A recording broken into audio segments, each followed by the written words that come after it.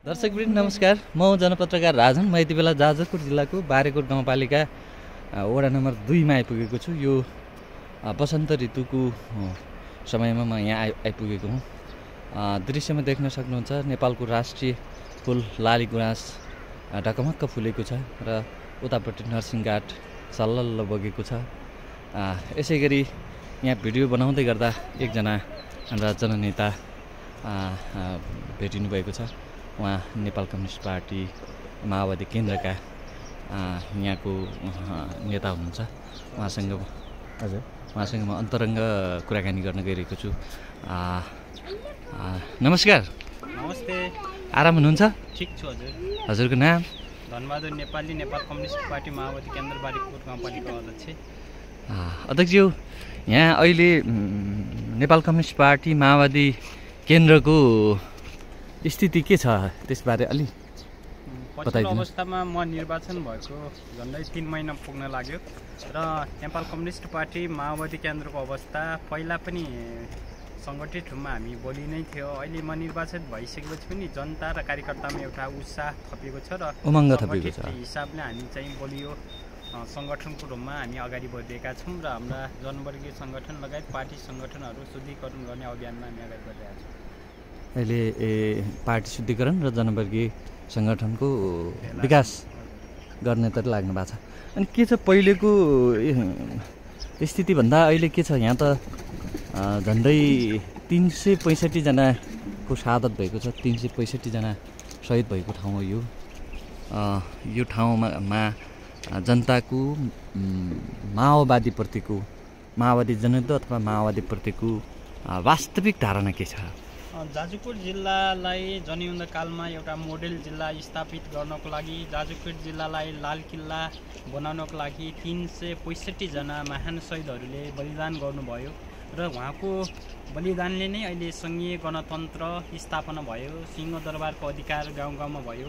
त्यसै सन्दर्भमा बारेकोट गाउँपालिकाबाट झन्डै 22 जना शहीदले बलिदान गर्नुभयो र ती उपलब्धिको स्वरूप अहिले हामीले जनताको घर दैलोको सरकार पाइरहेको छु र पछिल्लो अवस्थामा हाम्रो पार्टीको सङ्गठन बलियो अवस्थामा गइरहेको छ र हामीले जुन कार्यकाल हामी पार्टी सङ्गठन बलियो हुँदाहुँदै पनि हामी प्रतिपक्षमा सत्ता बाहिर बस्ने अवस्था आयो र हाम्रो मिसनमा निर्वाचित भइसकेपछि हामी 84मा जसरी भए पनि हामी सत्ताको नेतृत्व गर्ने पक्षमा हाम्रो पार्टी सङ्गठनलाई बलियो बनाउँदै लिने हामी कार्ययोजना त्यो अनुसार गइरहेको छु र जुन सिंहदरबारको अधिकार गाउँमा ल्याउनको लागि बलिदान गरेका संहिता गणतन्त्र र धर्मनिरपेक्ष ल्याउनको लागि जुन महान शहीदले देखाएको सपनालाई पुरा गर्नको लागि हाम्रो पार्टी सङ्गठन अहिले त्यतिर केन्द्रित भएर अगाडि बढिरहेको अवस्था छ।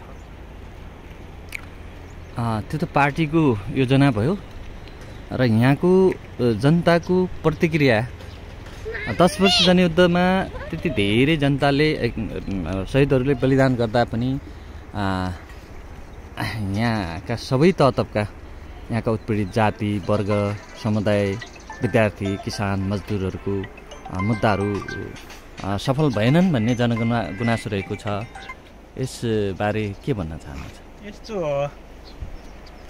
10 वर्षीय महान जनयुद्धमा यहाँका जनताले धेरै दुःख कष्टसहित जनयुद्धलाई सखाए र कुनै पनि व्यवस्थाको अन्त्य नभएर यो सामन्त्यवादी राजतन्त्रको पनि अन्त्य भइसकेपछि नयाँ गणतन्त्र नआएर यो सम्झौताबाट हाम्रो व्यवस्था जुन सम्झौताबाट नै आयो। शान्ति प्रक्रियामा जाँदा माओवादी पार्टीले जितेर पनि हामी सत्तामा नआएको र सरकारले माओवादी पार्टीलाई पनि परास्त नगरेको कारणले गर्दा सामन्तवादी सत्ताका अवशेषहरू हुने त भइहाले। त्यसकै प्रतिफलस्वरूप माओवादी पार्टीप्रति केही नकारात्मक चेतनाहरू फैलाउने छन् र त्यो फैलाउने मान्छेहरू पनि यही समाजमा भेटिने भए शान्ति प्रक्रियाप्रति आइसकेपछि हामीले के सोच्नुपर्छ भने जनयुद्ध किन भएको थियो भनेर हामीले बढी केही गर्नु राजतन्त्रका विभिन्न तिनीहरूका वैगुण मात्रै हामीले पल्टाएर हेर्ने भने जनयुद्धलाई प्रश्न त्यहाँबाट किन भयो, जनताको युद्ध किन भयो, उत्पीडित जाति र समुदायहरू त्यो पार्टीमा किन लाग्यो भन्ने कुरा प्रश्न हुन्छ। भू राजनीतिक स्थिति र देशकै राजनीतिक स्थितिलाई हेर्ने हो भने विकल्पमा नेपाल कम्युनिस्ट पार्टी माओवादीलाई ठानेकै अवस्थामा अहिले जनताहरू विचलित भएर राजावादीहरूतिर लम्केको देखिन्छ। अस्ति लगत्तै भएको राजावादीहरूको देशै थर्काउने प्रकारको आन्दोलन भयो यसप्रति यसमा देश पश्चिमतिर धकेलिन्छ कि भन्ने आकलन रहेको छ। यसबारे तपाईँको धारणा व्यक्त गरिदिनुहोस्। यो कुनै पनि राज्य व्यवस्थामा के हुन्छ भने मानौ बाढी पहिरो एकदमै ठुलो बाढी पहिरो आयो, डोल भेल आयो, तर बाढी पहिरो स्वाट पहिरो गइसकेपछि बर्खा सकिसकेपछि पनि त्यसका ढस्यान पस्यानहरू सानो एउटा तिरतिर गरेर तल लामोसम्म बगिरहने प्रक्रिया हुन्छ। त्यस्तै प्रक्रिया हो। एकचोटि जनताले मिल्काइसकेको राज संस्था फेरि फर्किने भए त हाम्रो बाजे बजे पनि फर्केर आउनुहुन्थ्यो नि, तर त्यो कल्पना गर्न सकिँदैन। किनभने मतलब मसानघाटबाट फेरि आमा बुबा फिर्दा आउनु, राज संस्था फिर्दा आउनु एउटै कुरा हो। धन्यवाद।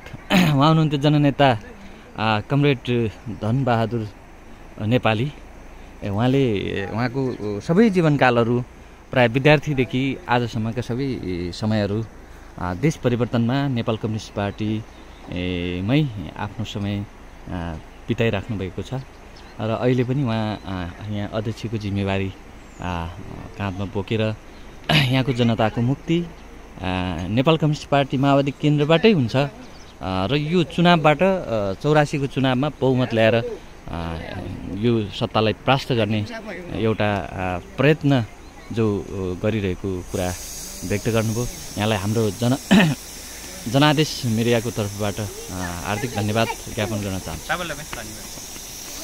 यहाँ अर्को एकजना हुनुहुन्छ, उहाँ जनमुक्ति सेना हुनुहुन्छ। जनमुक्ति सेनाको अहिले कुखुरा पालेर बसिराख्नु भएको रहेछ। नमस्कार, हजुरको नाम?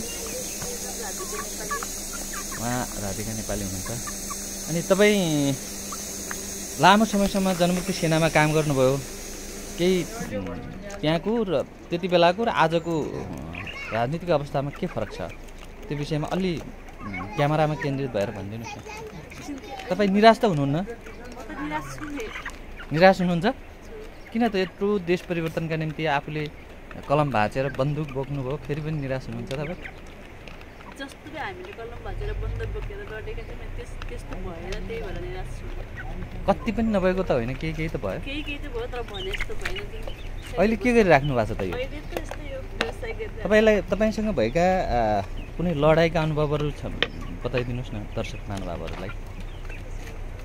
मसँग भएको लडाइँका अनुभवहरू धेरै छन्। कतिवटा लडाइँ लड्नुभयो? लडाइँ त हामी लड्ने जग्गा घाइते पनि भयो। हजुर, तपाईँ घाइते हो? हजुर। के छ तपाईँको चोट घाउको अवस्था? यस्तै छ, अहिले टाउकोमा छ घाउ, अनि टाउकोमा समस्या भइरहेको छ, सिक्सिङ गर्ने भन्ने भइरहेको छ। राज्य पक्षबाट तपाईँहरूको घाइतेहरूको उपचार अथवा राहत सम्बन्धी केही प्रदान भएको छ कि छैन? छैन, त्यस्तो केही छैन। दर्शकवृन्द, यो देश परिवर्तनका निम्ति आफ्नो ऊर्जाशील समयलाई लगाएर कलम भाँचेर बन्दुक बोक्नुलाई पनि राज्यले उपेक्षा गरिरहेको अवस्था छ र उहाँको लडाइँको कुनै अनुभव सुनाइदिनु न। एउटा महत्त्वपूर्ण तपाईँको लडाइँमा महत्त्वपूर्ण कहाँ लाग्यो तपाईँलाई चाहिँ? चोट कुन लडाइँमा लाग्यो? दुई ठाउँमा लाग्यो नि, डोल्पा दोनै गर्दाखेरि भयो, त्यसपछि अनि स्याङ्जा कुमन कमन गर्दाखेरि भयो। डोल्पा दुनै आक्रमण गर्दाखेरि कहाँ चोट लाग्यो? टाउकोमा गोली लाग्यो। अनि स्याङ्जा कहाँ भन्नुभयो? कमल पोखरी लड्दाखेरि कहाँ लाग्यो? खुट्टामा लाग्यो। टाउको र खुट्टामा गोली बोकेर, गोलीको घाउहरू बोकेर अथवा गोली निकालिसक्नुभयो? गोली बोकेर हिँड्नुहुने एकजना योद्धा, यो देश परिवर्तनका निम्ति लागेको एउटा योद्धा आज यो व्यवसाय गरिराख्नु भएको छ। यो कुखुरा पालन गर्नुभएको छ? यहाँबाट कति आम्दानी हुन्छ त? भर्खरै सुरु गर्नुभयो हो? यस्तो दुःखदायी स्थिति छ। हाम्रो जनादेशको तर्फबाट महान योद्धालाई स्वागत गर्न चाहन्छु र धन्यवाद व्यक्त गर्न चाहन्छु। दर्शक महानुभावहरू, मैले यो भिडियो तपाईँहरूको बिचमा प्रस्तुत गरेको छु। कस्तो लाग्यो? जस्तो लाग्यो त्यस्तै प्रतिक्रिया दिनुहोला, सेयर गरेर सबैका सामु पुर्याइदिनु होला भन्दै म अहिलेलाई बिदा हुन्छु। हस् त, नमस्ते, शुभ दिन।